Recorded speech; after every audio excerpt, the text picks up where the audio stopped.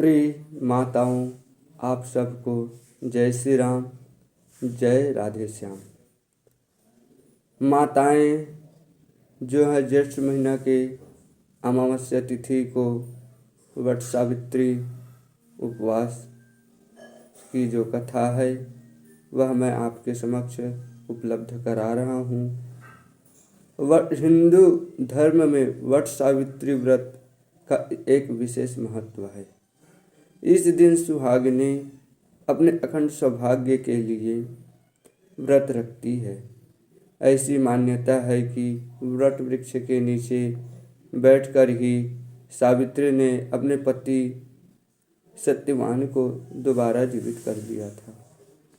हिंदू पंचांग के अनुसार वट सावित्री व्रत हर साल ज्येष्ठ माह की अमावस्या तिथि को रखा जाता है।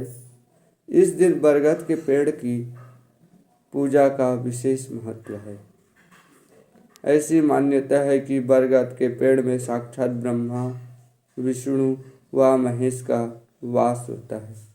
तो आइए जानते हैं कि पूजा से संबंधित किन किन सामग्रियों की आपको ज़रूरत पड़ सकती है और क्या है पूजा विधि। खास है वट सावित्री का व्रत। वट सावित्री का व्रत हर साल ज्येष्ठ माह की अमावस्या को सुहागिनें अपने पति की लंबी आयु का वरदान पाने के लिए रखती है। यह व्रत उतना ही महत्व रखता है जितना करवा चौथ का व्रत। इसमें वट वृक्ष के नीचे वृक्ष यानी बरगद पेड़ की पूजा की जाती है। महिलाएं व्रत को कलावा बांधते हुए पेड़ की परिक्रमा करती है और व्रत रखती है।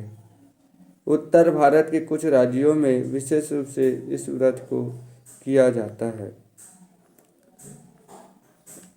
वट सावित्री व्रत पूजा विधि। वट सावित्री पूजा के लिए एक बांस की टोकरी में 7 तरह के अनाज रखे जाते हैं, जिसे कपड़े के 2 टुकड़ों से ढक दिया जाता है।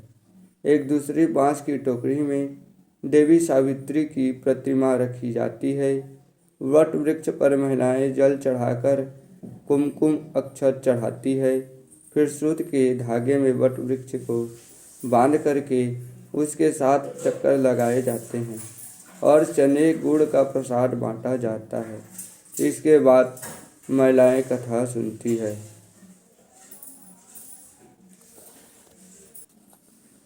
व्रत की पूजा थाली की सामग्री है चावल यानी अक्षत, श्रृंगार का सामान, आम, लीची, मौसमी फल, मिठाई या घर में पका कोई भी मिष्ठान, बतासा, मौली, कच्चा धागा, रौली, लाल कपड़ा, इत्र, नारियल, सिंदूर, पान, दूर्वा, घास, जल, पंखा, हाथ का पंखा, सुपारी, अगरबत्ती या धूप बत्ती। इनके बाद आइए हम कथा का श्रवण करते हैं। प्रिय माताओं, एक राजा था। उसके एक लड़की थी, उसका नाम सावित्री था। वह जब 12 वर्ष की हुई तो राजा ने उसकी जन्म पत्रिका दिखाई और व्रत खोजने के लिए कहा। पंडितों ने जन्म पत्री देख कर के राजा को बताया कि उसकी शादी के 1 साल बाद विधवा हो जाने का योग है। यह सुनकर राजा बहुत दुखी हुआ। अब तो राजा ने शादी के बारे में सोचना ही छोड़ दिया। जब सावित्री 18 वर्ष की हुई तब वह एक दिन अपनी सखी सहेलियों के साथ वन में भ्रमण करने के लिए गई तो उसने एक सुंदर युवक को लकड़ी काटते हुए देखा। उसने उससे शादी करने का फैसला किया। सत्यवान के पिता एक राजा थे, किंतु उनका राज्य दुश्मनों ने छीन लिया था और वह अब जंगल में झोपड़ी बनाकर रहते थे।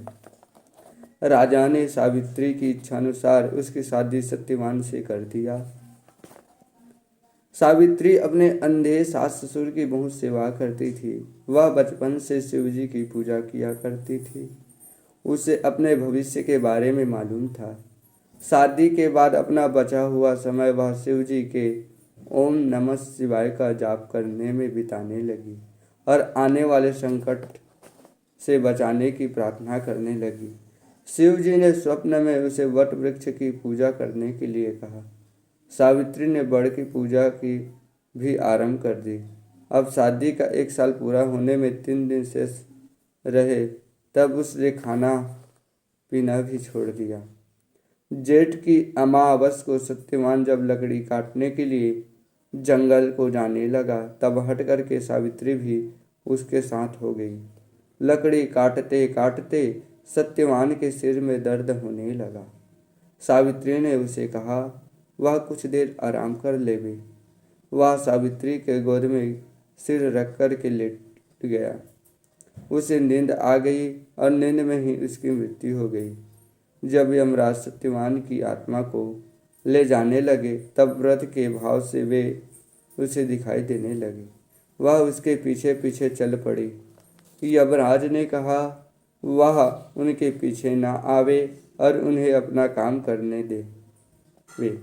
किंतु उसने यमराज से कहा कि या तो मेरे पति के प्राण लौटाओ या फिर मैं भी अपने पति के साथ चलूंगी। यमराज ने कहा कि ना तुम साथ चल सकती हो ना ही तेरे पति के प्राण लौटेंगे। हाँ, आप जो मांगना चाहो मांगो।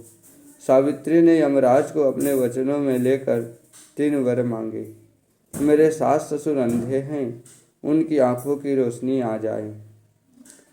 मेरे ससुर सास के राजपाट उनको वापस मिल जावे और मेरे कोई पुत्र नहीं है सो मेरे को पुत्र की प्राप्ति हो।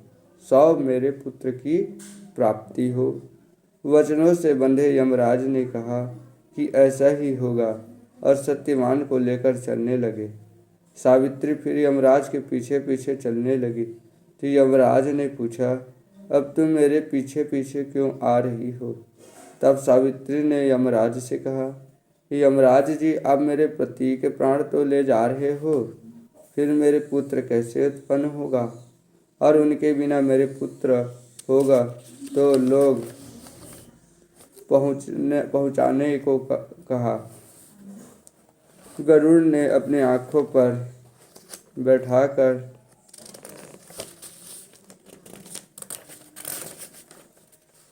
लगे। इतना सुनते ही यमराज को ध्यान आया कि वह मैंने सावित्री को कैसा वचन दे दिया।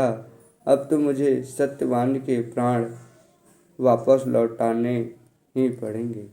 इस प्रकार यमराज ने सत्यवान के प्राण वापस लौटाए तो सत्यवान उठ खड़ा हुआ।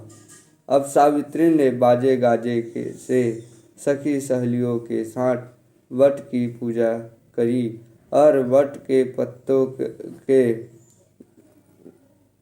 गहने बनाकर पहने तो वे हीरे मोती के हो गए। वट वृक्ष पूजा का पानी सास ससुर की आंखों में लगाया तो सास ससुर की आंखें भी ठीक हो गई और राज्य जो है फिर से वापस मिल गया। तभी से वट वृक्ष पूजा जाने लगा। यह बड़ देवता जैसे सावित्री का सुहाग दिया, अन्न धन दिया, वैसा सबको देना। सावित्री ने 3 दिन का उपवास किया था। वैसे ही औरतें बढ़ती रात करती है। कहानी कहने वाले, सुनने वाले, हुंकारने भरने वाले सबको देना। इसको सुनने के बाद गणेश जी की कहानी सुननी चाहिए। प्रेम से बोलिए वट वृक्ष भगवान की जय, शंकर भगवान की जय, विष्णु भगवान की जय, ब्रह्मा भगवान की जय। जय श्री राम, जय श्री श्याम।